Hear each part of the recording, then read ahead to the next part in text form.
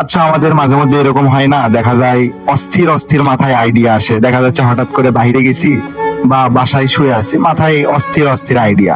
তো তখন অনেক কিছু ভাবি, আচ্ছা এই আইডিয়া দিয়ে আমরা এই করবো সে করবো, এটা দিয়ে অনেক টাকা ইনকাম হবে, এটা দিয়ে আমি অনেক বড় বিজনেস দাঁড় করাবো। তো এরকম কিন্তু হয়।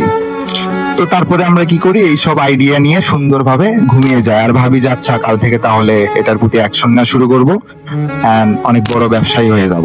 কিন্তু তারপর সকালে ঘুম থেকে উঠে এখন ভাবি, আচ্ছা কি যেন কালকে ভাবছিলাম, আমি একটা ভালো আইডিয়া ছিল, আমি কি যেন করতে চাইলাম, কিন্তু আইডিয়া মনে করেন মাথার ভিতরে আসে না। হ্যাঁ, আর এই ভুলটাই আমরা 90% মানুষ করে থাকি, কারণ আমাদের হিউম্যান ব্রেন কিন্তু বিভিন্ন ধরনের আইডিয়া চিন্তা ভাবনা করতে অনেক ওস্তাদ, কিন্তু এই আইডিয়া গুলো কিন্তু বেশিক্ষণ আমাদের ব্রেনে স্টোর থাকে না। দেখা যায় মাথায় কিছু আসে, এটা আসার কয়েক মিনিট বা কয়েক ঘন্টা পরে আমরা সেটাকে ভুলে যাই, এবং এটাই স্বাভাবিক। আর এই সমস্যা সমাধানের জন্য আমরা নোট ব্যবহার করতে পারি। আমাদের মাথায় যখনই আইডিয়া আসবে, সেটা ভালো হোক বা খারাপ হোক বা ফালতু কোনো আইডিয়া হোক, এটা কোনো বিষয় না, আমরা সাথে সাথে একটা নোটপ্যাডে লিখে রাখলাম মোবাইলের, অথবা আমাদের কাছে যদি কোনো খাতা কলম থাকে আমরা একটু খাতায় লিখে রাখলাম, তাহলে কিন্তু আইডিয়া ভোলার আর চিন্তা ভাবনা থাকবে না। অ্যান্ড ওই আইডিয়া দেখে পরের দিন সকালে না হলেও 10 দিন পর হলেও অ্যাকশন নিতে পারবো আমরা, এবং ওটা নিয়ে পরে চিন্তা ভাবনা করতে পারবো।